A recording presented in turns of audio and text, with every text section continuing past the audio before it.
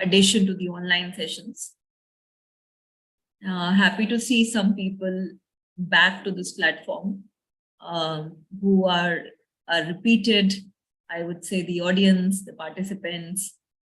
Because of you, this community is kind of building stronger and stronger. Some of you are also connected with us on the Green Learning Circles group, which is the WhatsApp group.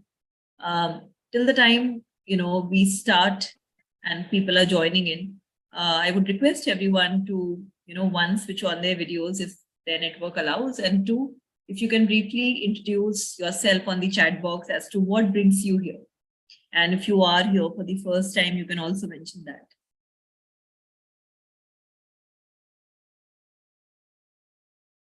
Until that time, while you'll be doing this, I'll be playing a small video which has been shared by the panelists today, which gives a brief context of her work, so that, once she comes in and shares about the project, etc., it will make more sense.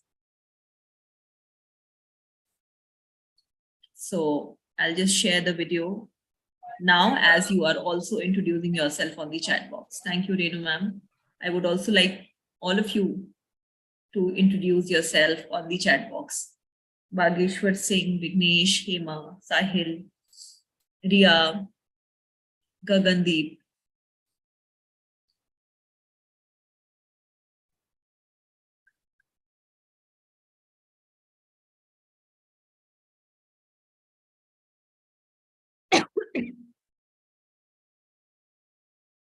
Okay, Sakaram Rana is from Institute of Development Studies, Jaipur, Rajasthan.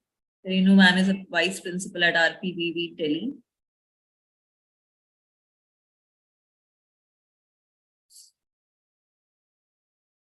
So let me play the video first while you're introducing yourself, and then I'll introduce the panelists in a more formal way.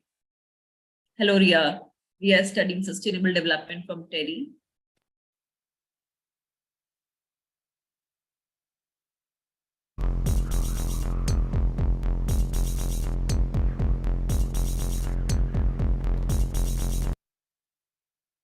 The rate at which waste is being generated is rising more rapidly.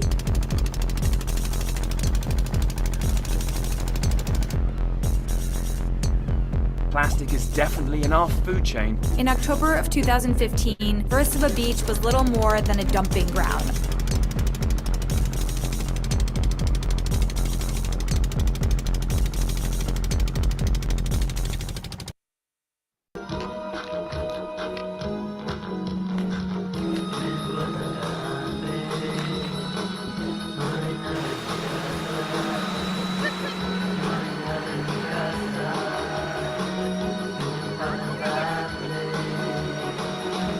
Neel, a tiny island in the Indian Ocean, home to stunningly beautiful waters, spectacular beaches, ancient forests, and breathtaking marine life.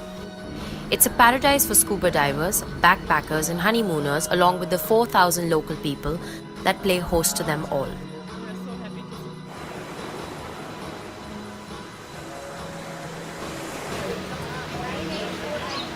We are here for our honeymoon. For honeymoon. We are newly married. Yeah. We just got married on this 20th April. Okay. Thank you. Yeah, we see a bit of, the things are messy, things are like that, but it happens. It is usual now. This is work in progress. The real problem for me is there's garbage everywhere. There's mountains of broken bottles, there's all over the beach there's broken glass. You can't walk on, the only areas where you try to walk on the beach you can't. I cut my feet within 5 minutes. There's smashed bottles and it's so sad. Best I've seen is just people burning plastic bottles, and that's not a good way to go about it. So it needs a recycling program. It needs a clear up program. People, tourists need to be responsible here. People need to be responsible because you really are destroying this place. It's clean and the water is clean, yeah. Where we go for diving, that spot is clean, but everything around it is not clean, and that is not good. But the reason people are shifting from Havelock to Neel is because this place is pristine. Now it is pristine. You give it a year, 2 years, and with the amount of flow of the tourists that are coming here, if we don't educate the locals, this place will become another trash heap and nothing else. Okay.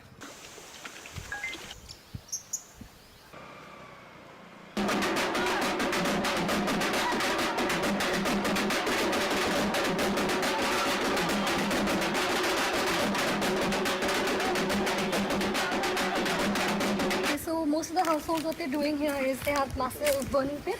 Yeah. So dry, wet, plastic, whatever it is, they actually burn it. Yeah. Not because they want to, but there's no other option. So this is just one household, but that's what everyone in the Andamans is doing. This here. Yeah, so this is once a week, once it gets a little bit full. Yeah. So that's when Are they not concerned about toxication? they actually don't know about toxications. The rest ends up in the ocean and whatever else ends up here.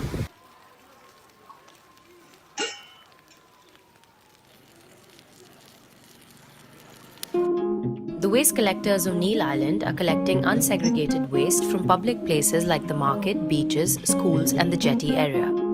The collector disposes the mixed waste to the landfill 4 times per day. Less than 20% of the hotels make use of the collection service.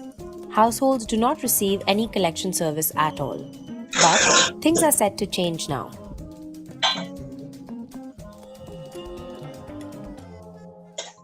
So now meet Garima, who found a way to systematically begin segregation and get recyclables out of this island, which did not happen since its settlement in 1962. He started the Kachre Wale project, meaning the waste people, to devise a new system of solid waste management in Neil Island.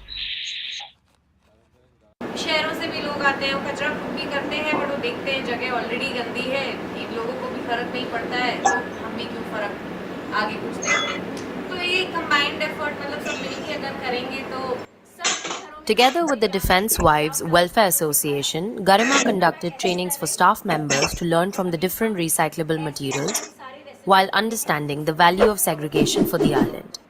It is a combined effort that requires support of the local people and staff alike.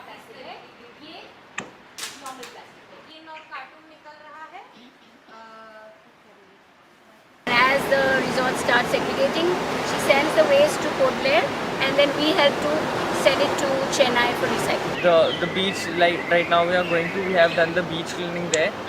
We went to the dump yard, and we have even noticed that after doing workshops, many restaurants, hotels, and staying places have done segregation of waste. This is the base area for the project because it's a small island, and doing it in Port Blair would be tough because it's very vast and there are a lot of people there, and to make them understand, we are starting from here. Tourists use a lot of plastic bags and bottles which they keep throwing around. They need to be made aware that how to properly dispose them. This is the reason why Kachre Wale created segregation posters for hotels and resorts. That way they support them so that tourists start segregation as well. Dry waste, but no thin poly bags. Okay. So like this will go, but then it has to be this. So you'll have to wash it. She'll have to wash it like a utensil. And if you have any doubts, you call me. Yeah. And they come and look at the bag.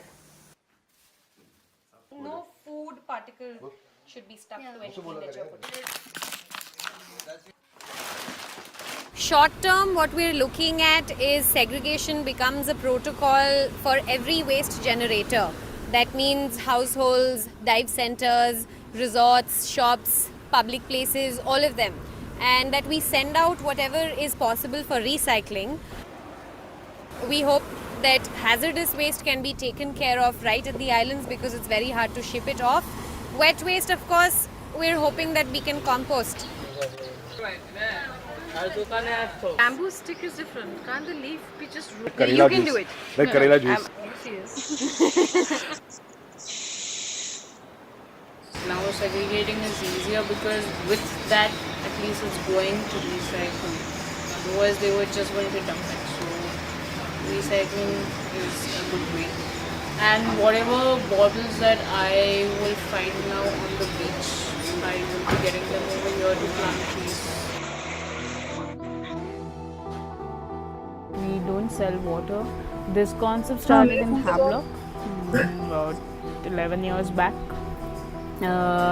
Before that, there used to be a water bottle count, which everywhere they used to do in Andamans.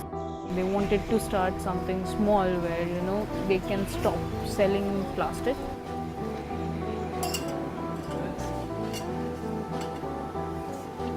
This is for you guys. How much water you buy per day? How much what? We don't buy water. Never? Water, no. We just feed them. You don't feel happy because that's my workspace, and my workspace is dirty. And we literally clean it every week. All the divers will make an effort to at least clean the area where we are operating. We don't have the time to clean the whole area. Yeah, we make an effort to do that also once in a month. Under the Kachre Wale project, beach cleanups are organized not only to collect the plastics from the beach, but also to ensure that it goes for recycling and does not end up in a landfill at the island.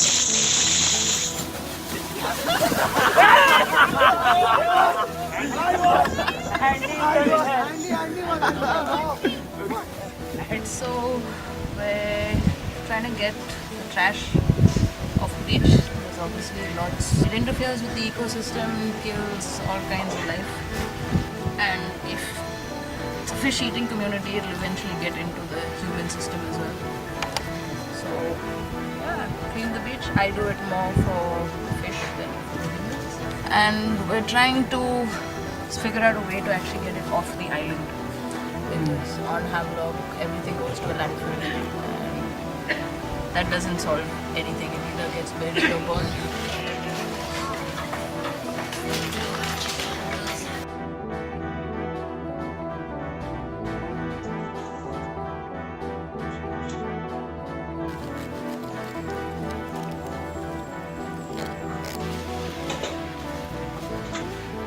मैं try कर रहा हूँ कैसे garbage कम किया जाए। जैसे एक tetra bag है, हम लोग इसको क्लीन करके भेजने का कोशिश कर रहे हैं। Why do you like it? Yeah, island also clean, no garbage, less garbage.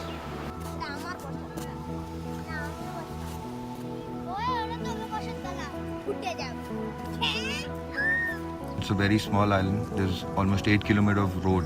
So 8 kilometers of road to commute, to do anything related to trash is very easy. So I think they can all have a educational program or something, not just for the kids.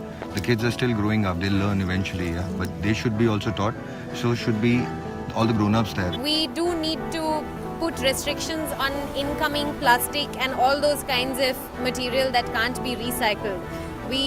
Because we're in the Andamans, it's in the middle of nowhere. Transport is a very, very big issue, and it always carries a carbon footprint with it. But a year down the line, the way it's been going, a year down the line, I think 70 to 80% of the people will start following this trend. And it's not a difficult trend to follow.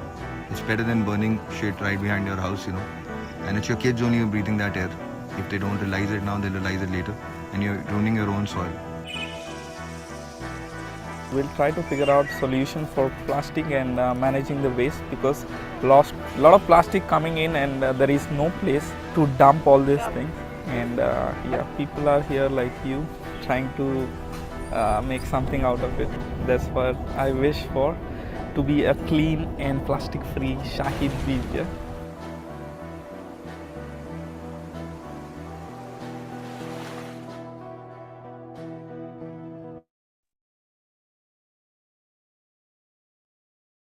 All right, so that was a little video about the great work our panelist is doing. I welcome all of you again to SharEd for Planet. I'm Kritika, and on behalf of CreateNet Education, I welcome again all of you. We have been doing SharEd for Planet series since December 2021. And last month, we completed 1 year of doing these kind of events wherein we invite people from various backgrounds who are doing something for nature conservation, for environment, for sustainability. So beginning of this year, 2023, today is the first day of this year, we would say, wherein we have invited a panelist who is not just a panelist, but a very, very dear friend of mine from my school days. So it gives me more pleasure to invite Garima. Garima, are you here? Yes, I'm here. Hi. Yeah, so we studied 4th and 5th grade together, I guess, right? And since her father was in army, so she kept moving around and she was just there for those 2 years wherein we developed friendship. And then we also started writing letters to each other, and then we lost touch for around, I don't know how many years. And then we met again in a school when I was doing my 11th and 12th, and she randomly comes for a debate competition. So, and I didn't know at that point of time that Garima would be doing such great work that today I'll be inviting her as a panelist. And I think Garima ने भी ऐसा कभी सोचा नहीं होगा कि हम ऐसा कुछ करने वाले हैं. So welcome. For a formal introduction, I would like to introduce Garima Punia, who has been working in the area of waste management since about 7 years. She has worked in various parts of India, such as Madhya Pradesh, Jharkhand, Uttarakhand, Kerala, and the Andamans, as you already saw in the video. In 2018, Garima founded the Kachre Wale project, and I really like this name. Very authentic, very down to earth, and very, hitting the core ki acha ye kya hai, which was the first waste management initiative of the Andamans. And as a result, the segregated waste from top tourist destinations of the islands began to be recycled and processed, and the islands became cleaner. The model was also adopted by the Andaman government, who then onboarded her as a consultant for waste management. So this year, the last year in December, she just initiated first of a kind ocean plastics program in the Andamans. And right now she has joined us from the Neel Islands, if I'm not wrong, Garima, and she had just finished a cleaning drive, and I think it's her वो उसका धर्म बन चुका है. ऐसा लगता है कि वो उसके बिना जी नहीं सकती है और हर रोज उसको वो कचरा साफ करने जाना ही जाना है. So over to you, Garima, and she'll be now sharing her journey through a presentation and probably through some videos, post which we'll open it up for some question and answers, which I also have, and I'll also open it up for the audience. Go ahead, Garima.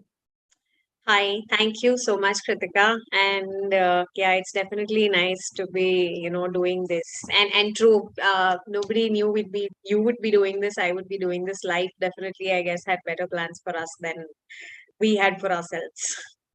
Yeah. So now what I want to do, I want to jump to the PPT, and I will share my screen now.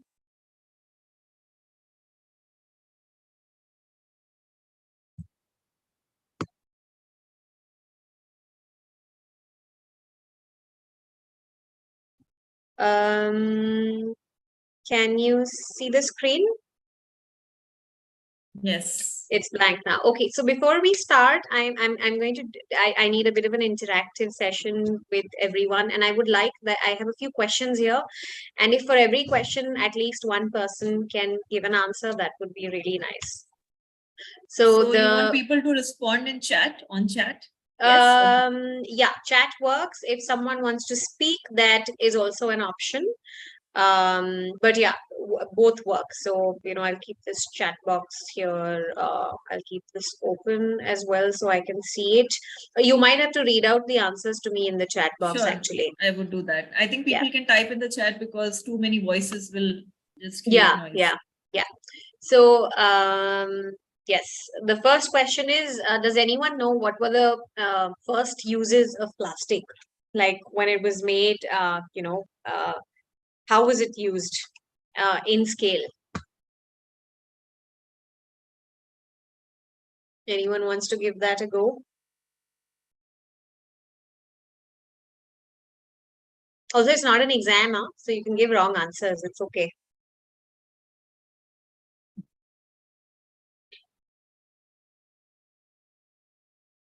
Pooja is saying buckets. Buckets, interesting. No. Any other answer to that? Come on, guys. Itne sare uses in plastic. Polythene. Somebody said polythene. Child saying to build a hard and long-lasting material. Okay. That's Tupperware. general. Tupperware. No, Tupperware. even that was not the first. Water bottle, toys. Okay, no, all of these came later. What came first was plastic was essentially largely used in the World War II. And they had started trying to experiment with the natural substances to create a polymer or something, that they could make more and more out of, because people started realizing that there are less natural resources in the world. So they wanted something that was infinite. Combs were decorated with turtle shells. Furniture was made of wood, and there was some sense that these materials are limited in nature. And that is why, the hunt was on for something that is not limited. And in the World War II, they started using plastic, and radars, parachutes, these kind of things had plastic inputs in them, which also made the equipment lighter, easier to carry.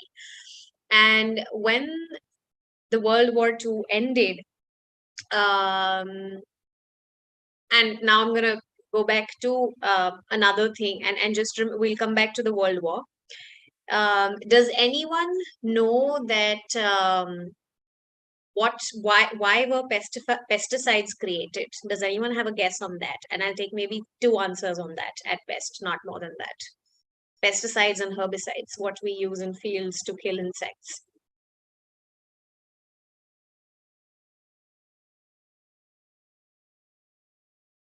Anyone giving it a try, Kritika? Warfare. Warfare, very interesting. How? To wash bathrooms. No, not to wash bathrooms. Whoever said warfare, can they speak more about that? Pooja, if you can write more about warfare, or maybe speak up. Vignesh is saying huge factories lying idle. Factories lying idle.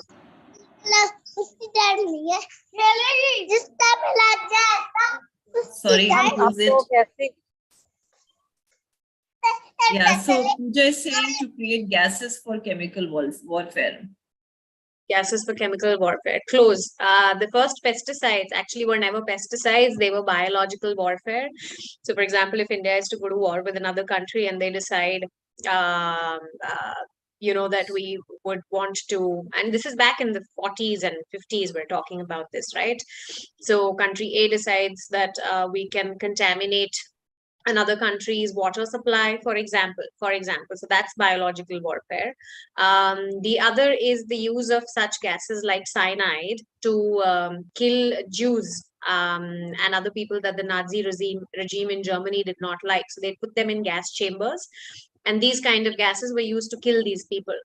Now, once the war was over, the producers of these pesticides didn't know how they could go on making money. Now, because the war is over, these militaries will not be buying these products.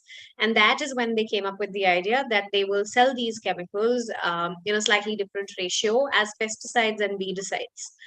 And in fact, potassium, which is nitrogen, which is used as a fertilizer,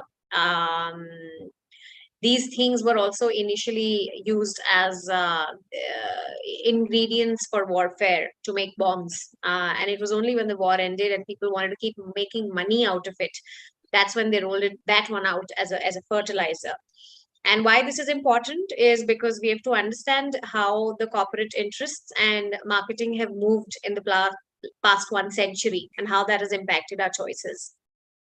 Now, in the same way, plastics producers wanted to, keep making money out of it. So they decided to make a lot of things which, we never needed. Now, I think we've covered this. What were thought to be its benefits when it was first invented? Primarily that it is infinite. So I already gave that answer. Now, this is an interesting one. I always get interesting answers to this. Are humans intrinsically, do you think humans are basically greedy, that selfishness is a core human trait, and that we can't. A lot of climate change thinkers, for example, say that because we can't think long term, that is why we're not able to process information about climate change, because a lot of things are projected in the next 50 or 100 years. And is this why we can't, stop using things like single-use plastics? So do you think humans at core are selfish or greedy, or, survival is our intrinsic fact characteristic?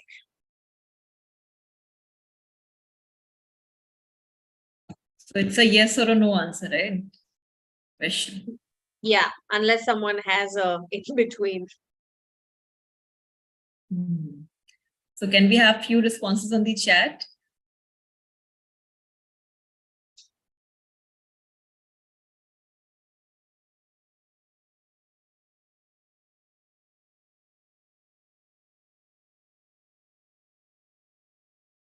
Pooja is saying yes for short-term actions.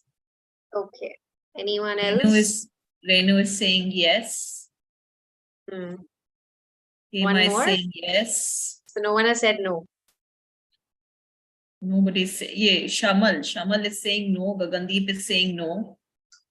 Interesting. Okay. I'll ask them later, why do they think no? Does anyone know how improper waste management is a cause of global warming? Okay, before that, Sahil also said that it's not wired, but the current social situation is complicated. Okay. So how does improper waste management add to global warming? This is a very quick answer. Nothing complicated here. Ria is saying because of methane. Methane release, Pooja is saying. That is one. Soil. Yeah, but that's pollution, but the first one is very bang on. Yes, methane release. So when you dump mixed waste in a landfill, because there's organic waste in it and it's not composted properly, there's a lot of anaerobic composition without oxygen. So methane is released, and methanes contribute at least 11% to methane from landfills contributes at least 11% to global greenhouse gas emissions. And the figure could actually be much higher now that we're getting more data. Now, does anyone know what is plastic made of? That's a very chemistry question. No. It's a very simple answer. Yeah. Okay, Vignesh is saying fossil fuels. Pooja is saying polymer. Sahil is saying hydrocarbons. Polymer is another name for what plastic is. The first one is close, but oil. If you didn't have Ishwar is saying polymers from hydrocarbons. Yeah, that's no. You can't explain that to your grandmother, no? Vignesh is saying dinosaur. No, that is a bit of a. It's not actually dinosaurs. It's mostly so wherever oil comes from. So when you mine oil and when you get oil, one of the other things that you make from oil is plastics. That is where plastics come from. And I want to think about this.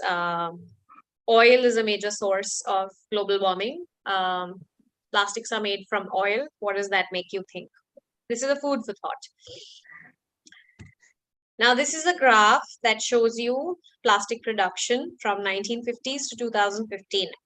So 50s is, when it starts commercially. And you see the graph is slowly rising. And by about 80s and 90s, it's really picking up. And then it's a very, very sharp increase after that. And why that happened, we'll get to that. And you look at the figures, from 0 to we are 350 million tons every single year. Now, these are some of the advertisements. Now, when I said that we didn't need plastics, now a lot of you said that humans are greedy. They will only think about their convenience. If that was true, would people have spent millions and billions of dollars trying to convince people to move from sustainable habits? Like you see on the left photo, that woman is carrying back glass bottles, and this is the advertisement is telling them to toss them away. They're trying to change behavior. The disposable cups, which is an absolute menace these days. So again, this is the plastic cup at toss away prices. Makes paper cup strictly old fashioned. Again, more cups. Look at the advertisement. A Dixie cup dispenser in your kitchen saves all this work. So convenience is sold as a virtue. And these days, washing machines, mixies, everything that supposedly saves you work is supposed to be very good. Labor is supposed to be, hard work is supposed to be something only a laborer does, at a construction site. And anyone who has to do hard work or physical work to earn money, it's considered a demeaning job. And anyone who has to use their brains, sits on a computer, that sort of work is more appreciated. Baby bottles. In this disposable age, is there a reason for a non-disposable bottle? And fun fact, most baby bottles, all baby bottles have very extreme toxic chemicals in them. They're called BPA, something that's known, it's so well known that in some countries, including India, there is a ban on using BPA in baby bottles. But now there's BPA2 that's being used, and the kind of effects that we're talking about is impact on the development of brain, endocrine disruptors. So they disrupt your hormonal, the way your hormones function, infertility, immunity disorders, and all of these are multi-generational effects, and they impact children more than they do adults.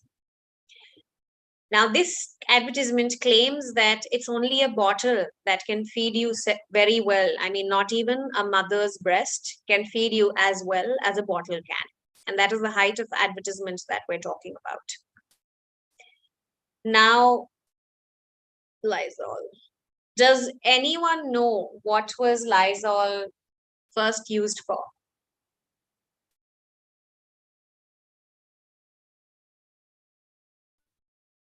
Let me know if there's an answer, Kritika.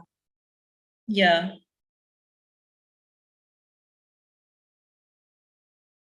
Lysol. मुझे तो cleaner याद आता है. Yes. Floor वाला Lysol. Detergent. Moita is saying detergent. No. Anyone else? We'll take one more. Lysol brand बन गया है. Pooja is saying insecticide. Feminine hygiene. It was a vaginal wash, and it was marketed as something that could save marriages. So women could, kill germs and have a safer marital life. That is how Lysol was first marketed. And now imagine this is something that we would not like to even touch with bare hands, right? We dilute it in water, and that's how we use it. 7-Up. I love this ad because what it's saying is that 7-Up is so amazing that if your child is not drinking milk, just add some 7-Up in it. It'll make it tasty, and then feed your child with that. This is all the Tupperware on the left, that kind of containers and everything that's starting to come in by the 60s and 70s. And then claims are being made that if you wrap vegetables up in plastic, then they will be fresh. Someone needs to go and mute. Yeah. Okay. Yeah. So now this is to give you a context of where we started with plastic. We are often told it's a very life-saving thing. And the reason I told you about these chemicals is to think about whether it really is life-saving. There was a very recent research that came out that it draws correlation between rising infertility in men and the leachate toxins from plastic packaged products.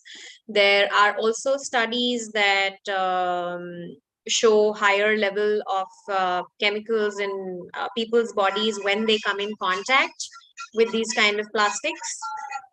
They found plastics inside placenta of a pregnant woman. They found plastics inside lung tissue. And it's now understood that we are in one way or other eating about a credit card worth, that much size of plastic almost every week. And that means we are taking in all these toxins. And then is it really something that is life-saving? Is it really something that we need? Is something that I want you to think about during this entire our session. Now we'll jump to the Andamans. Now you have a context of why plastics are bad. So far, people just think that plastics is all about, it's dirty, it litters a place, it chokes drains, it pollutes the ocean, animals, they die because, it gets trapped in their gut. But there's a lot more happening. And by the way, the number of chemicals that are used in making plastics is at least 20,000. So that is the variety of toxins that are used to make these plastics. And the last fun fact about these chemicals is that how they measure toxicity. So if someone, and this is in the US, if someone has to see if this particular chemical is safe or not, they will put a certain amount of it, they'll put a certain amount in a solution in water, and they have these test animals, marine animals. If in 72 hours, 50% of the population dies, then it is considered toxic.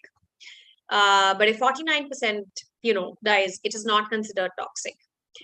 Now, this is only death in 72 hours. There is zero studies to understand the effect on the development of brain and body, immunity, allergies, cancer, and everything else that comes under this entire umbrella. There is no study on that. So everything that is so-called safe, now really think about it. Is this the criteria of safe that we want for our kids and for our families and for ourselves? Now, we saw the video, so I'm going to quickly go through this. The Andamans are 800 islands. You see where they are on the map. And and the third photo, the tiny one, which says Lakshmanpur, that's Neil Island. The longest road is 7 kilometers. So it's a very small island.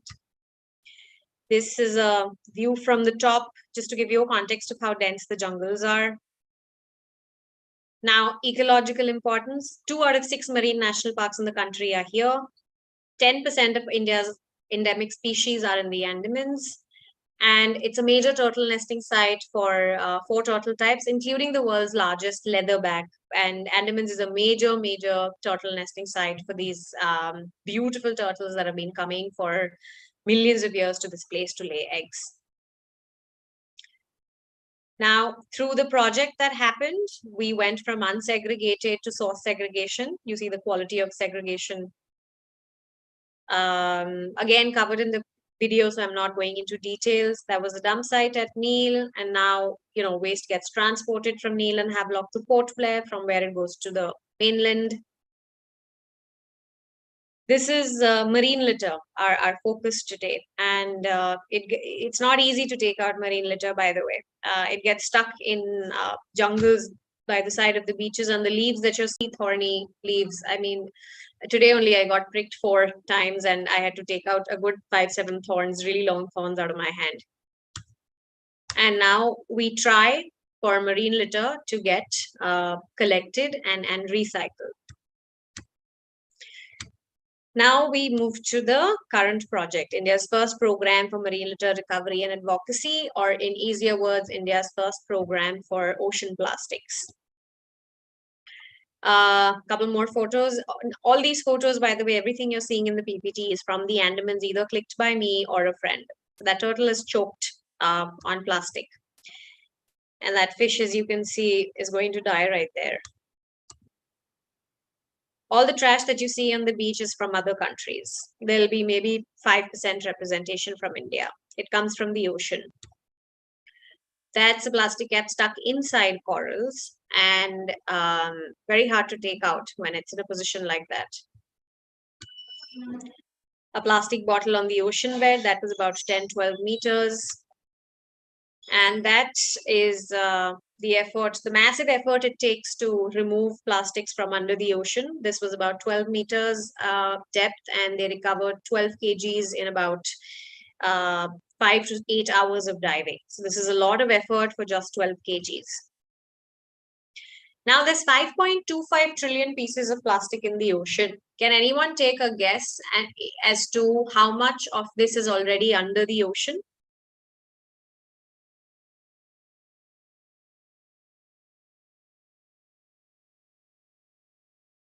Any guesses? What percentage is under the ocean?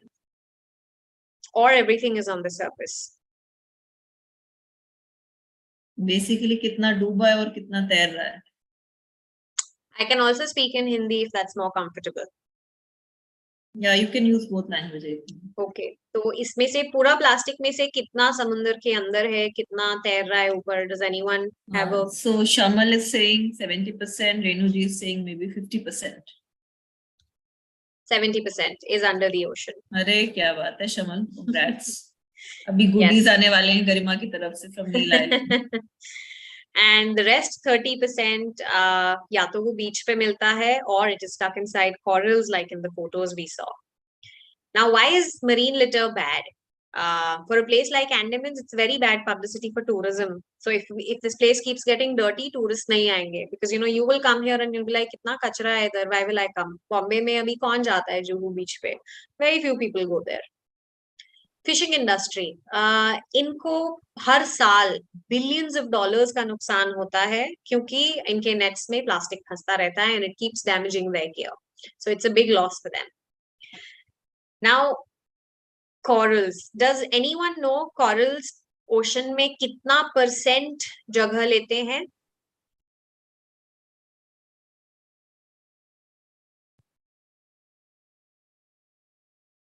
%80% Pooja is saying. One more guess I will take. Shamal is saying 30%. 1%. That is the amount of space corals take in the ocean, and 25% of all the fish life in the ocean is directly dependent on them.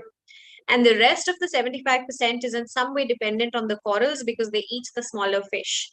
So if corals fall sick, and why will they fall sick? I mean, there's already global warming, there's already pollution in the ocean, even if you remove plastic. Once plastic comes in contact with coral, its likelihood of falling sick goes from 4 to 81%.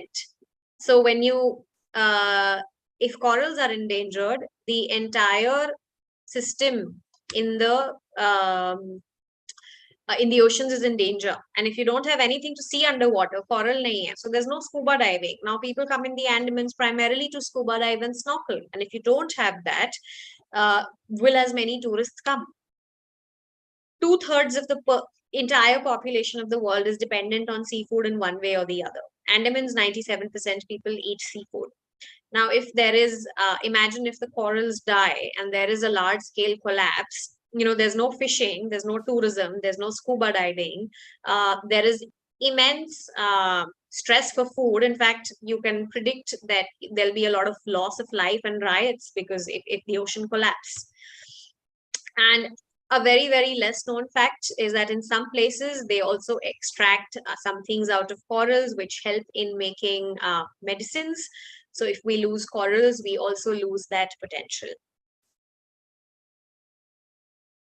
Now, these are all the problem statements that we've discussed, and I'm going to share 2 videos with you to showcase what we are trying to do with reference to, one second, I'm just trying to change the screen. Yeah. Now, how are we trying to tackle this problem?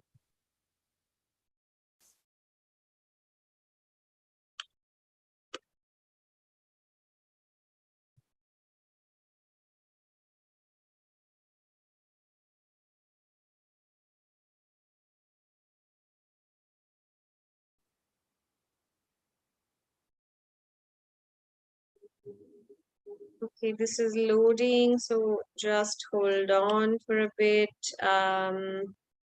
And in the meantime, what maybe we can talk about while it loads is that can anyone take a guess on how many countries, but Andaman में कितना देश से कचरा आता होगा? And I'm saying कचरा आता है from the way of the ocean. So if anyone has any guesses for that. Shamal is saying 42.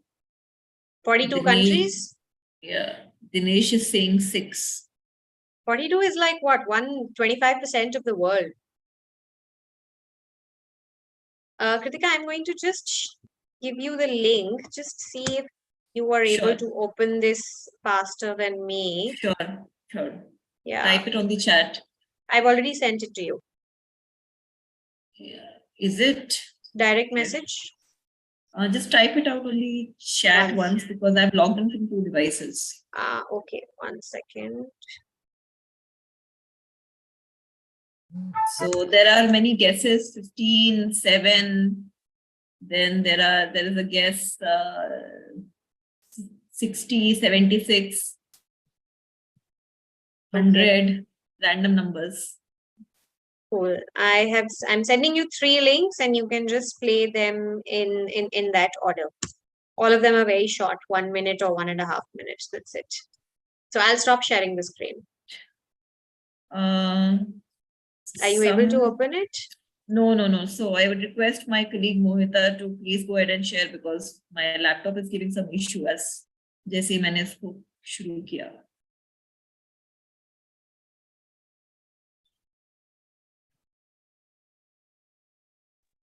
Mohita, Kamakshi, are you there? I'm here. Let me just try. So by the time she's trying, do people still think that that humans are primarily greedy and yeah, okay, the video is playing.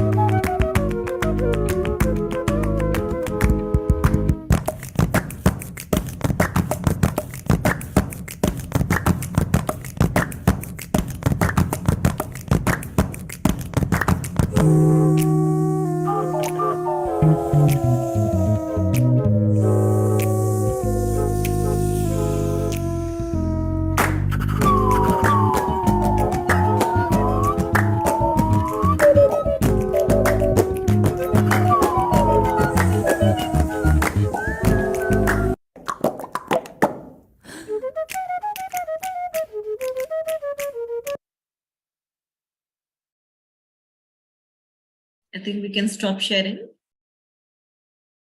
Are there 3 videos to play or is it the same one? Garima, are you here? She's stuck. Okay, we have lost the connection at her end. But play it. I think, yeah, it was. Did we play It was this a choppy earlier? day. We decided to snorkel. So let's see what we found. So here you can see a lot of fishing nets stuck inside corals. And this seems to be an anchor rope, very long, at least 10 to 15 meters long. I decided to swim along the length of it, and as you will see at the end, it seems quite tightly wrapped around that coral.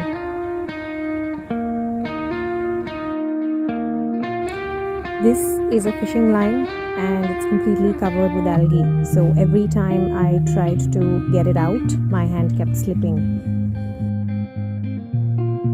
And that's another patch of coral where the fishing line is completely entangled.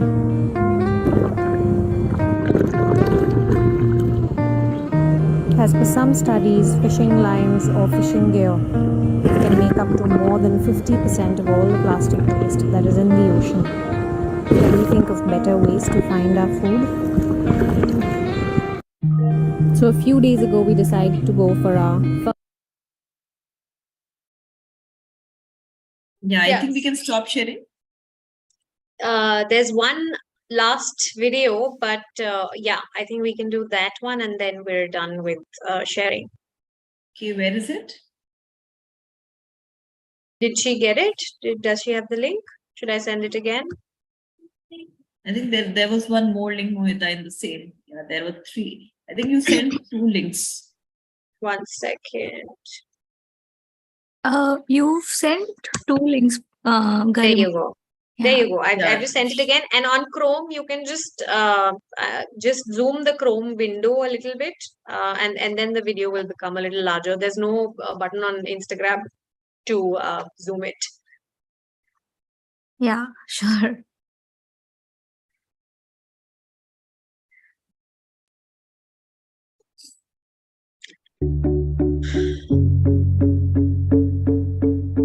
So that's all the countries that we found labels from, while we're doing our program right now.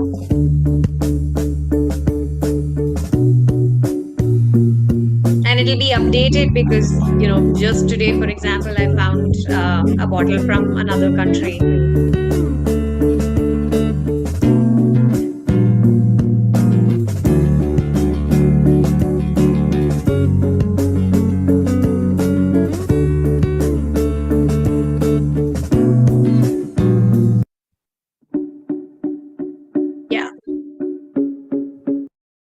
So, as I was saying, the idea is to recover as much as we can from the ocean, to send it for processing as much as we can. I say processing and not recycling because not all of this plastic can be recycled. A lot of it will go into cement kilns where it's burnt at a very high temperature. Not the best solution, but we have no other solution right now. And also recycling. A fun fact about recycling is that it is not a solution. And I would like people to remember, if there's 3 or 5 things that you take back from this talk, recycling is not a solution. And why it's not a solution is because, one, most plastics are not recyclable, and second, even the ones that are recyclable, they can only be recycled 2, 3, 4, 5 times. After that, it will end up in the landfill, it will get dumped somewhere, it will have to be burnt. So we have to think beyond recycling and processing if we have to solve this problem of plastic. And that brings me to the other part of the program that we're doing. So when we collect all of this, we don't just send it for processing. Every single piece of item, every single piece of trash or litter that we find is documented. We try and understand where it's coming from, its origins, types of plastic, because we want to set up we want to do a feasibility study, get some numbers to understand what kind of systems need to be put in place for this processing, and also use that data for international advocacy, because this trash is not coming from India. Very little is coming from India. So much of it is coming from outside countries. So how many countries then? I've identified 15 up till now. 15. Yes. And yeah, so when someone gave the answer 15, I was like, maybe this person saw the Instagram video. Maybe. I don't know if I put it up there, but if it was a random guess, close. Yeah. Yes, Yes. So so that's about the marine litter program that we're trying to execute right now. And okay, here was a guess. Cool. So yeah, I think I am now open to taking any questions if there are. So I have few questions before our participants start asking questions. You can also type your questions on the chat or also raise your hand. Most of it you have covered, but एक बहुत ही curious question है. So I was watching one of your videos and you were getting a seat in some university in UK, and you didn't take up that seat, and you devoted your life for this. So what motivated you to basically work into this field of waste management, and how did you end up choosing Andamans? I came to Andaman in 2017 as a tourist, and I was already working in waste management by then. It was almost 3-ish years, I think, by then, 2 or 3 years. And after that, when I came to the Andamans, it was shocking that such a beautiful place, top tourist destinations like Neil and Havelock had zero waste management, and the islands were struggling. People were burning waste, or it was just being dumped in landfills. And for Neil and Havelock, groundwater, rainwater is the only source of water. So if you have a landfill on such small islands, I don't see how your water source is not going to be polluted. So I had thought I would like to come back here and do something. And I get asked this question a lot, leaving Sussex, sacrifice and all. And I just want to sort of clear this out. It was not a sacrifice. And in life, if anything feels like a sacrifice, don't do it, is something I would say. And this is something I try to, if it feels like a sacrifice, then there's something wrong. It was just, Andaman's option was so much more enticing in terms of learning and everything. And the other factor, which doesn't get highlighted in a lot of these articles, was I didn't get a scholarship. And my parents really wanted me to go, and we were considering taking a loan and all of that. And when I thought about it, what I wanted to do after, I said, even if I go to the UK and if I do this master's, I still want to come back to this place. So how will that master's help me in coming back to this place, right? I mean, if this is what I want to do anyway, scholarship, no scholarship, and maybe it was, and sometimes when I think about it, I'm a believer. I think sometimes, things happen, you don't understand why they happen. It turns out for the good, and maybe not getting the scholarship was a good thing. And, it gave me that a little extra push also to go to the Andamans. And I'm quite happy that it worked out like that. And this place has taught me so much. So yeah, that's how I came here. And also people go to Andamans for their honeymoon or for some vacation, and you are like living the vacation life probably. Also, giving back to the island so that it can be cleaner for more tourists. So what better than that? So what kind of challenges do you really face when you kind of go for day-to-day, this drive? Of course, you have the drive to go for the drive, but then what are those challenges on ground which you really face? In the context of, for example, the marine litter program, there is very, very little awareness with reference to why it's a problem. Generally, people will say, beach pe kachra ho raha is a bad thing. But why is it bad? For example, I've seen people take plastic bottles, which they find on beaches, and, they've traveled from wherever they have, and they will use it in their homes to drink water.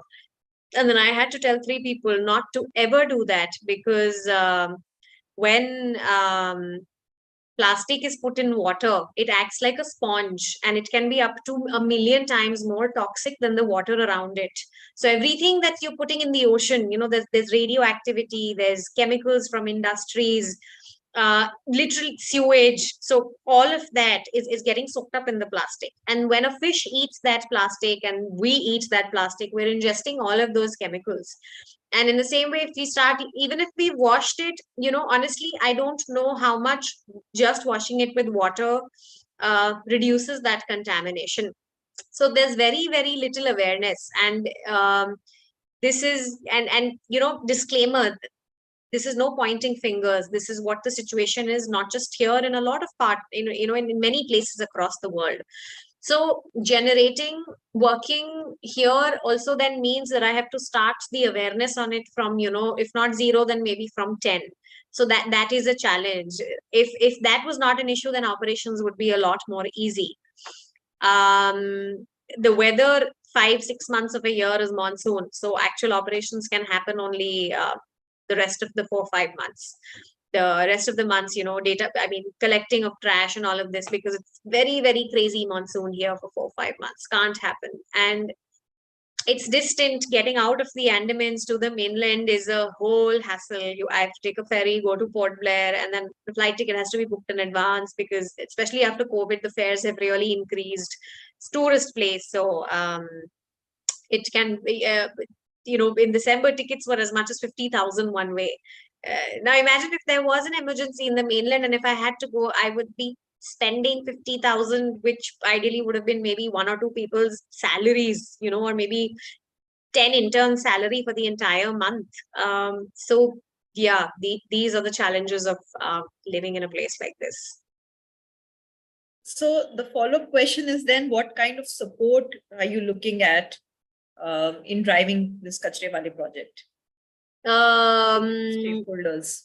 Yeah. So when this marine litter program was built, it was one thing that was very clear to me was that this has to be a multi-stakeholder approach.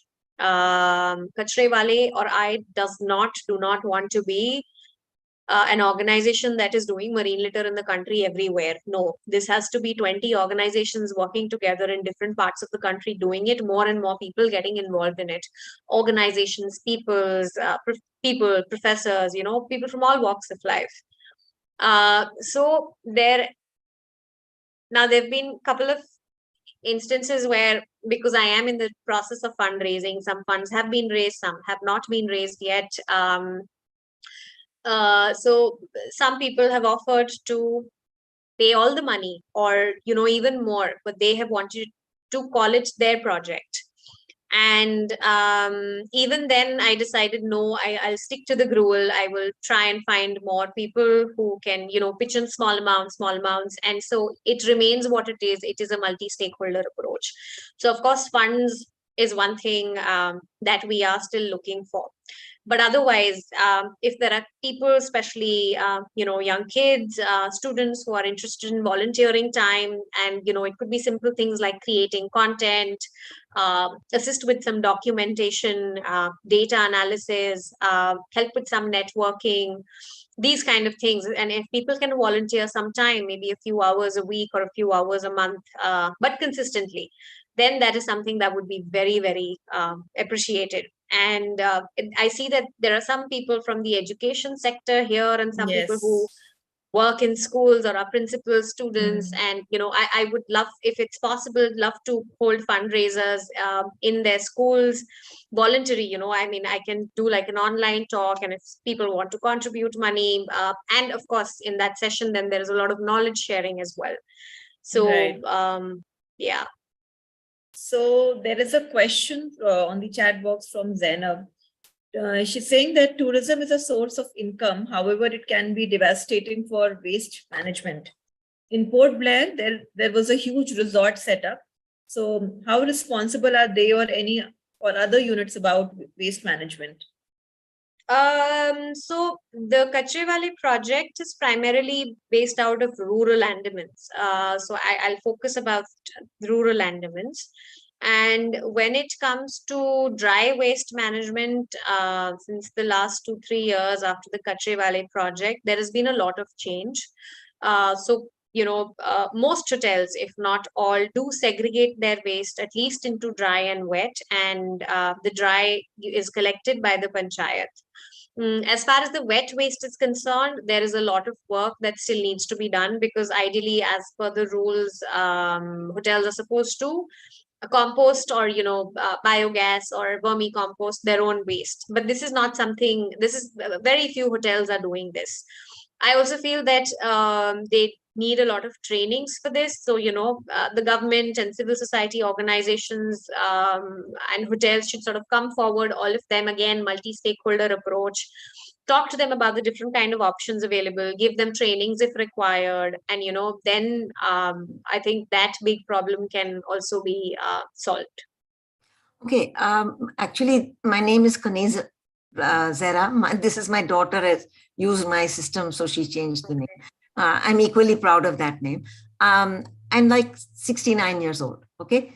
I have worked in many things in 55 years of working. Basically, I'm a nonfiction editor. I would like to help you in two ways. One, I have a good network with schools here and colleges here.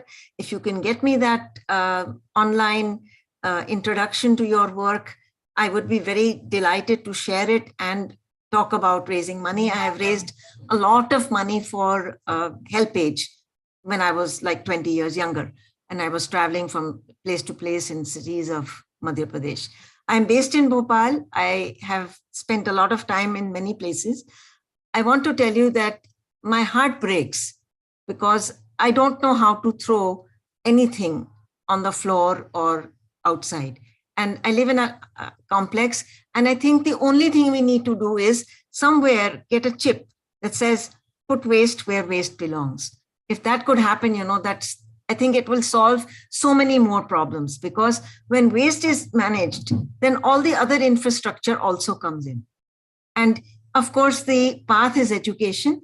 I do speak, I train speakers, I have mentees of all kinds. I want to be involved with this project. It's very dear to me. I have made science films for Doordarshan when there wasn't any computer-aided design. So all the animation had to be done one frame at a time. So I can do that kind of thing. I'm excited about it. And one film was about gerontology, and one was about conservation of energy. At that time, we were talking about new types of energy. This was way back in 1975. So, and it was very exciting. And the whole film, except operating the camera, and the narration was done by Siddharth Basu or somebody. So anyway, I was in Delhi University, I know these people, but I want to tell you, I really want to be part of the program. I can do content development, I can do networking. I sit in with a computer most of the day. I have the time, more than the time, I have the energy and the commitment. So I want to die empty. So please take me on. Thank you so much. Yeah, that was, I mean, I just feel so happy when people come forth like this and they want to volunteer time. And, sometimes this is a lot more precious than money. So thank you so much. And I can raise money. I know how to raise money. I've raised. Yeah, no, I'm saying even if you were not doing that, still that you're giving your information. time. Information is my basic communication skills, and information is power. Yes. When young people get that power, they will more. And it is this generation that now is between 10 and 20 that we can make the next world that we are living in a better world. Thank you. Thank you, Kanizji. There is I was just saying, if there's anyone on the team who can take emails of people. Cool. Then I can, we can. You can drop your contact here on the chat, or Garima, you can drop your contact and email on the chat. There is another question from Bhageshwar. He said that it's a really amazing work and needs a lot of courage. He wants to ask how the funding is managed to continue activities and to engage manpower for capacity building, etc. And if there are any certain government intervention which are also assisting in waste management. I think part of it we have already answered. Yeah, very quickly, when Kachra Valley project started back in 2018, it was an absolute individual effort. I had approached a lot of people for funding. No one was interested. So, there was not even money to buy gloves, to be honest. So it was pushing the panchayat and, speaking to divers, come, let's do a beach cleanup, talking to kids and these kind of things. And thankfully things worked out, and some support from here, there, like the Directorate of Shipping Services, District Legal Services Authority, the Defense Wives Welfare Association, from yahan se kuch, wahan se kuch karke, the success happened, and the government did start taking interest, and they onboarded me as a consultant for waste management. And, like the entire system could not have been set up without government support and intervention, of course. So whatever happened, even at local level, panchayat agreeing to collect waste is a big intervention. It may sound small, but that is, it's a very important logistical chain. So that's how it happened then. And then when I was a consultant with the government, of course, I was on a salary, and then I had to support the government in all their initiatives for the entire Andaman and Nicobar islands. This current program right now is money that I put from my own income, along with money that has either come from donation or certain other organizations that are showing interest. And as I said, the entire budget of the program has not been fulfilled. So we are still looking at raising funds from other places. And we've got some local sponsors for some activities, and that's been really helpful. Cool. The chat is also, flooding with people coming forward to help you. There's a voiceover artist, Shamal, who is wanting to give voice to whatever work you do. Maneet is a student. She wants to contribute in some way. Any other questions from the audience who is present over here? And I would like everyone to also switch on their video so that you can also see each other. It just, adds up to the connect.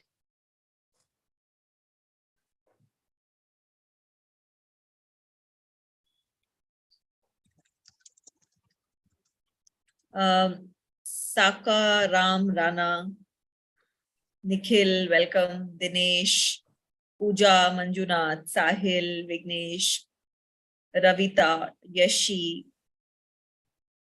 CS Vermaji, Archana.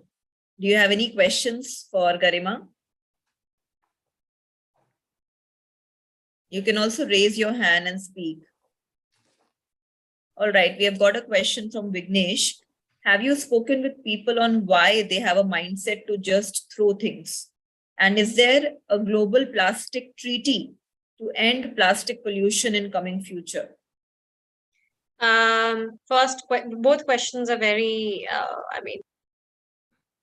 they're different questions in a way too. Different answers. Why people have a mindset to throw things. This is a different context in different countries, but let's say for countries in Southeast Asia, very large populations, so regulation and police strictness, all of that can't be at the scale of what happens in the West. And that's the situation that it is. There's no point judging. There's no point saying, oh, why can't we be like the US where there are so many fines? We have problems. We have a huge population. You can say it's a problem or a bonus in either way. So that is one thing. The other is our historic relationship with waste, which has been both positive and negative. Negative because of the caste system, which wherever it did function in, and in some places it was really bad. Waste was not considered something that everyone had to deal with. It was something that only one set of people had to deal with. So even today, the kachra work is still considered quite demeaning by a lot of people, and that was one of the reasons why my non-profit is called Kachre Wale. The project was called Kachre Wale, to remove the taboo and stigma around it. The positive thing was that Southeast Asian countries still remain, we are that part of the world where we like to save things, we like to hold on to things.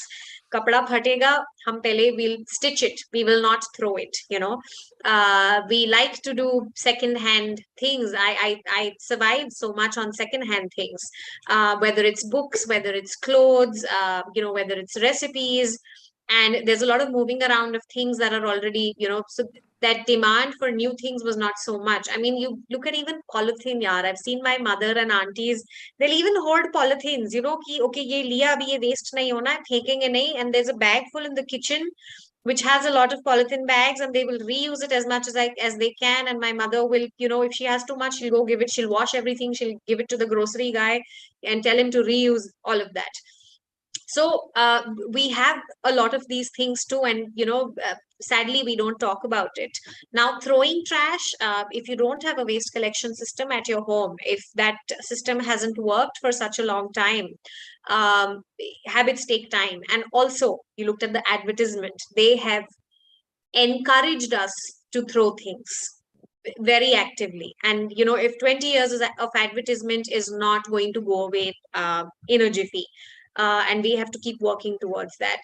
In terms of a global treaty, it depends on what you're talking about. Now, what does it mean, global treaty? Is it about ships that throw waste in the ocean? Is it about countries? For example, you look at the Ganga, it starts from Gangotri, ends at Kolkata, Hooghly. On the way, so much trash goes into it. All the trash from India is going into the ocean and possibly landing up at some other countries' beaches. Same thing happens with, waste coming in the river from other countries. Then a lot of the Western nations where we tend to think they have awesome waste management. No, they don't. They incinerate a lot of their waste. Most of their waste is sent to India, Vietnam, China, Thailand for so-called recycling. A lot of it is in such a bad state that it can't be recycled. So it's burnt, or a lot of it gets dumped in the oceans. Now you must have seen these silver, these paper, so-called paperish plates that have a silver lining, single-use kind of things. If you look at the back, you'll see that they are made in a Western European, Australian, like Sweden or Denmark. And what actually happens is it's like an Amul carton of milk, something like that of a different brand, has been used, has been trashed, has been sent to a place like India for recycling. They've opened it, they've made a plate out of it, and this is what we eat food on. So, this is to give you a context. So when you say a treaty, there is a lot of factors here. And if you're saying, is there one treaty that handles all of it? No, we don't have that yet. But we do have something here or something there, those kind of things. But yes, there are efforts, that they're happening to have some kind of global treaty on plastic. Sure. Gagan is a social worker, and she's curious to know if you also connect to other organizations working towards minimizing and gradually ending plastic menace, India or globally. So basically, the collaboration will be for sharing resources, knowledge, generating awareness, etc. If you do that, Yes. she's asking. Yes, we are trying to do that. And also all the data that comes out, for example, from this project, we're not going to patent any of it. The IP rights may be shared by different organizations, but it's going to be open source. Different people can access it, if they want to read it, understand it. And we completely believe in sharing resources, and in terms of are we working towards minimizing plastic production? One of the reasons we are collecting data is to be able to talk about that. These kind of things require very hardcore data. And I've already said that recycling is not a solution. So of course, we have to look at ways of minimizing plastic production. That is the only solution that, at least that I am able to see right now. One thing everyone can reflect on is how do you kind of segregate waste at your own homes or workplaces? Like Archana ji has written that she has made cotton bags, but the members come from workplace, they carry the plastic bags. So basically she has replaced plastic with cotton bags, but also she's facing some challenges while doing so. So if we can all reflect on what we are already doing or what we can do. We have been hosting all of these sessions again and again. And I think one thing is significantly coming out that पहले से ही from the very starting point, पहले तो हम वो चीजें कम करें जिसमें plastic involved है, and then also even if you are using it, how do we segregate it? जैसे एक पैनलिस्ट हमारी आई थी, उन्होंने ऑडिटिंग योर डस्टबिन के ऊपर बात करी थी, audit your dustbin. So while we reflect on it, there is another question from Maneet, who is a student. He's asking how much pollution is created by plastic on a global scale. I think he joined late, but you want to... There's at least 350 million tons of plastic that is produced every year. Of all the plastic that we have in the world, as per estimates, only 9% has been recycled till date. So since 1950, whatever we have produced till date, only 9% has been recycled. The rest has been burned, put in landfills, or it has gone into the ocean. So that is the scale of plastic pollution. There are also studies that tell us that microplastic pollution in the soil is extremely high. Everything's contaminated. So look at all these rural households which have received plastic, which have got plastic in their lives, possibly even before roads came to them, right? In the last 30, 40 years, they didn't have any waste collection. Now, if you dig the soil around their house, even if you dig 1 to 2 meters deep, and this is one thing I tried here where I live locally, there's so many things that come out, there'll be cloth, there'll be medicines, there'll be food packets, and it's just so much like waste. And it didn't just stay there, right? Plastic is not inert, it doesn't degrade, but it keeps breaking down. So much of it has gotten into the soil. And there's no way you can filter it out. It's absolutely impossible to do that. Also, segregation, yes, and we should really start composting, because in India, 50 to 70% of waste is organic waste. If all of us were composting it, our landfills would automatically be at least half the size of what they were. And if you're composting, you are automatically segregating waste. So the possibility of recycling the dry waste is much higher, because if plastic is dirty, it's very hard to recycle. So if dahi laga hua yun hi phek diya hai, cheese ka can with a lot of cheese on it, you throw it like that, those things are hard to recycle because they're dirty. So it's also nice to wash these things, milk packets and all, when you put it out. And composting is easy, it is not smelly, it is not stinky, it feels amazing. You should definitely try it. All right. So do we have any answers to the question which I posed right now? How do you segregate your waste? Yeah. So, okay, sorry, I just saw Mohita's question that says what happens to plastic that is collected if it's not recycled. No, we don't have a facility. We don't, Kachrewale doesn't believe in setting up third-party systems in parallel to the government, because imagine if I don't have funding for 5 months, that facility can't run. So we believe in strengthening local government systems, and then there can be add-ons to that. But there's no point in creating an independent system that may work, may not work sometime.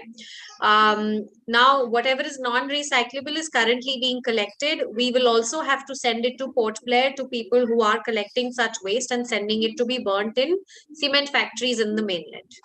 That is the only thing that can happen. I have a question also. What is the vision that you see for the Kachrewale project?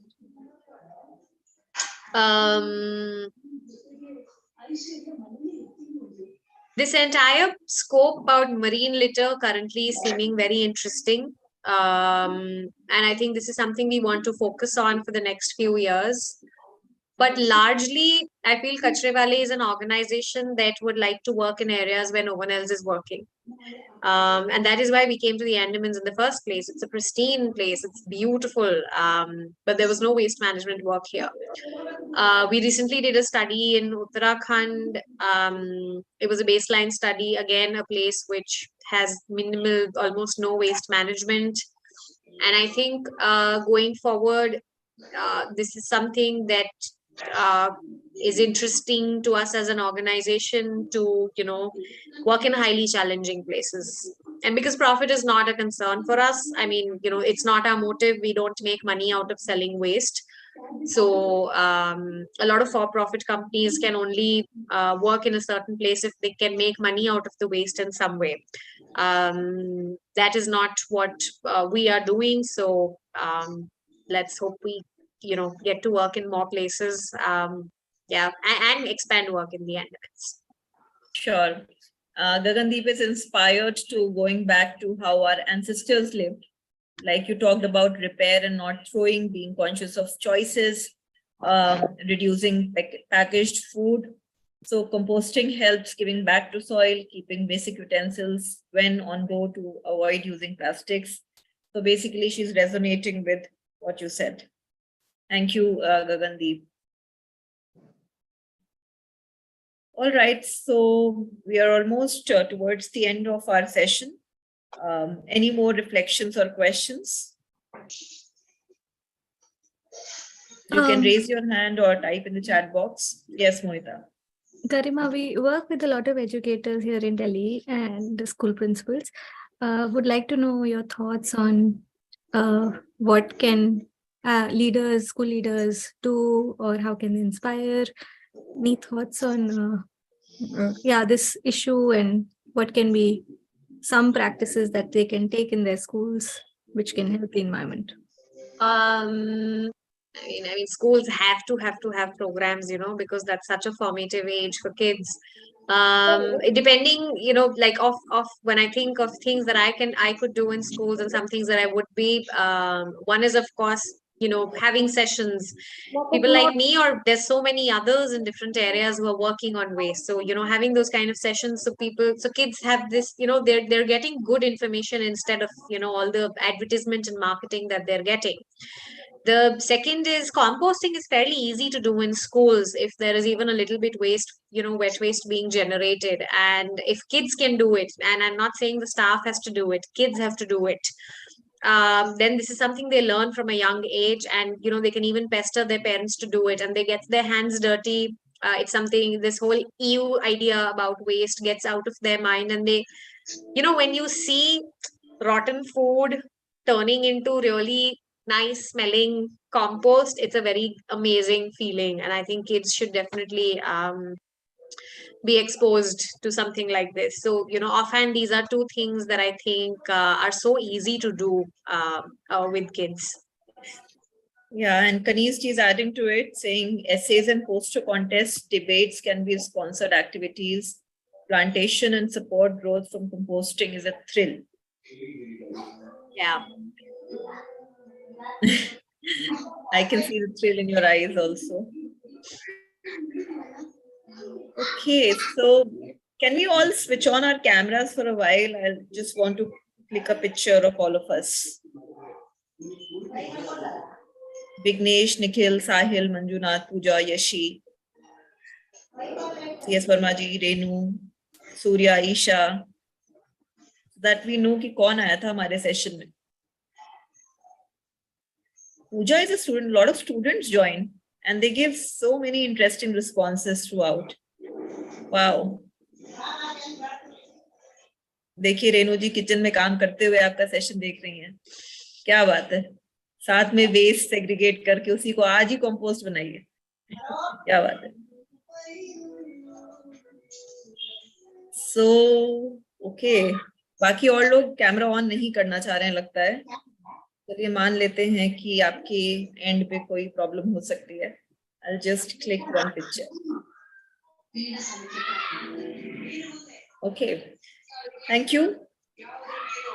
So if there are no more questions, are there any? One more maybe, and then we close. साका राम राणा, आप काफी देर से video on करके बैठे हैं. तो आपने आज बोला भी नहीं. क्या बात है. मैम एक्चुअली मैं कुछ काम कर रहा हूँ और सुन भी रहा हूँ. अच्छा, कैसा लगा आपको सेशन? मैम बहुत ही अच्छा था. जी, thank you. All right, so just to reiterate, SharEd for Planet is a platform wherein we invite people like Garima who are doing groundwork into the field of environment, nature conservation, sustainability, waste management, etc. So that we can actually make our earth a better place to live for ourselves and also for our future generations. We host these sessions once every month. We are also planning to start offline sessions in the coming future. And there's a WhatsApp group, जिसका link मेरी colleague मोहिता ने chat पे share किया है. If you are not a part of that WhatsApp group called Green Learning Circles, please you can click on the link and join so that you can get all the recent updates which we kind of share as part of CreateNet Education and SharEd for Planet. I would also want to. Sorry, yeah. Sorry. Nothing. I just want to thank everyone for coming to the session and hearing me out. So thank you so much for that. That's it. Yeah, I would like to thank Garima. I had never imagined that, just reiterating that studying together and then now hosting you would, so I had not imagined in my dreams as well. So thank you for doing what you are doing. I had never imagined you doing this. So thank you. And there are so many email IDs people have messaged on the chat box. They will reach out to you, or you can also reach out to them. Garima has already shared her email ID. And please do join us on the Green Learning Circle group for interesting updates. Jasmeet, would you like to share something? She is the CEO of CreateNet Education. So just inviting her to share a few words. Really privileged to be with this group. And yeah, I joined in a little late because I had another session going on. Garima, heard a lot about the work that you're doing. Very excited and really grateful. There's so much that, you know, जब भी आपको सुनती हूँ, ये SharEd के conversations में आती हूँ, there's so much that each of us needs to do. ऐसा लगता है कि we're doing very little. So every time you come and you share the kind of work that you're doing, I think it inspires all of us to do that little more. जो थोड़ा सा कम कर रहे थे या कहीं पर motivation, energy, skill, awareness कम हो गई थी, वो थोड़ी सी बढ़ जाती है. So I think thanks to your conversations, all of us get pushed to also contribute and do our little bit. So really grateful that you took out time to come and have these conversations. Yeah. Thank you for sharing. Maneet, which class are you in? He's sharing very interesting knowledge on the chat. I'm in 5th currently. 5th? सबसे बड़ा है यहाँ Yes. पर. Wow. 5th? Yes. I've been interested in environment. So my mother told me about this. So You know, can I just respond to that comment? Yes. So one of the sessions we definitely need to do with kids is with experts who work on plastics. And the reason that I'm saying is because right now there is a lot of push on finding solutions to the problem of plastic, but not all the solutions are a great idea. Now, for example, scientists have found a bacteria that eats plastic. First question, can it be scaled? Can it be scaled to eat 350 million tons of plastic a year? Most likely, no. How much time will it take to scale it up? So this might sound very nice when we read about it, but what is the, how much can we implement something like this? Then there was something else some kids again had told me about, where they found an animal which can eat plastic, and when it poops it out, it's in the poop, and then you can collect the poop from the ocean. And I asked again, 5.25 trillion pieces of plastic in the ocean. Are you going to go collect all of that? You'll have to make a new machine to collect all that poop. There's more technology. It'll work on maybe electricity or batteries. It's a circle, right? And then you hear about these tiles being made out of plastic, construction material. So remember those 20,000 chemicals that go into making the plastics. Now, if you make tiles out of this and you put it on the ground, right, wherever rainwater is falling, and if it seeps down, are those chemicals leaching into the soil? Are there any studies on it? If not, can we safely assume that, it's completely safe? So these are questions that when a solution comes, I think we have to really think about it. Bioplastics, making plastics out of plant-based fibers. How much plant-based fiber will you need to produce 350 million tons of plastic a year? Imagine everything was biofuels. You'd possibly have to cut down a lot of forest or convert agricultural land into, the land that is used to grow these things. And I don't mean to sound like a pessimist. Oh God, there is no solution. We are dying. Technically, I guess we are, global warming and all, if we have to look at the figures. But what I mean is, we have to be able to sift through information and understand what is being sold to us as a solution, and to see through it, whether it really is a solution or is it just a new marketing gimmick, or someone wants to patent something and make money out of it. And kids are very susceptible to these kind of things, right? And I'm really happy Maneet brought this up, and this gave us a chance to speak about this, but it's very important to talk to kids about these things. Thank you, Maneet.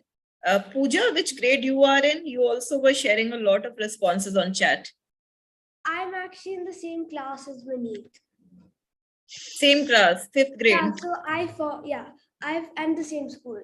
So I forwarded him the message, the link from So Good. I'm from So Good. That's true. She's from my class only, actually. Nice. The youngest audience I've ever had. That's my mother's name, though. My name is Anaya. Oh, nice, Anaya. Hi, Anaya. Okay, so these were the kids who were responding too much on chat. Some people have left. So I didn't know that these are kids. Okay. Pooja, Maneet, thank you so much for attending. I hope you take this conversation back to So Good with the rest of the group there, and you share with them about it, and with Pragati Didi and with everybody else there. Yes, I would love to. Well, actually, I've tried a lot to put this forward in my class. This is kind of year-old efforts now. I've tried a lot in the past. Amazing work, Maneet. Goodness. Yeah, that's very amazing. Don't give up. I Keep agree. at it. You're getting there.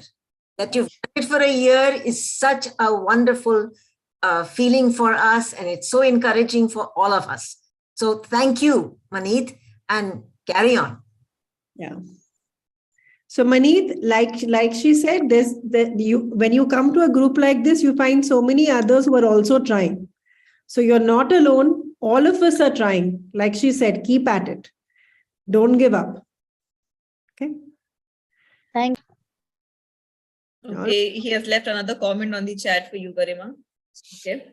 Okay. Also, Kritika, I'm not able to copy emails from this somehow. Will you have access to the chats later? Yeah. I will have. I'll share it with you later. But Yes, you can. You have already shared your email, and people can definitely write to you. Repurpose the atoms for different things. I mean, we can't even repurpose the plastic. You'll end up, it's a physics question, I think. Did you really mean atoms? Yeah, I mean, Yeah. actually, the point was because nuclear fission technically splits the atoms. So, what if we could use that to separate all the atoms in plastic and then put them into different classes so that we could make different things out of them? I did not study physics. The only thing that I do know from this is that nuclear fission takes a lot of energy. Garima was not good in science, I think. Yeah, Garima? I hated. I didn't like science. Now I do have to read a fair bit of it. But yeah, creating new technology takes a lot of money and energy. And energy is coming. Electricity is coming out of coal and oil. Remember that, a lot of it. Yes. Actually, I don't want to venture much into physics right now because if we start the discussion, then it's going to go really deep because nuclear fusion and all of that will come into my mind. I've already had a lot of ideas. He's in 5th grade and he's talking about all of this. I mean, I look at my Kritika, do you remember us in 5th grade? Yeah, I know. हम तो birthday parties ही मनाते थे केवल. There's a bright future ahead. Maneet's going to sort out the problems for all of us. Yeah. Yes. Thank you. Thank you everyone for joining in. Please do write to Garima for any support you would want to give in or for any kind of conversation connected with whatever she shared today. Please do join the Green Learning Circles group. This video will also be there on our CreateNet Education official YouTube channel. The link for which I will post in the WhatsApp group itself. We are also on the Facebook page named CreateNet Education. So you can also get in touch with us on that platform for any future updates.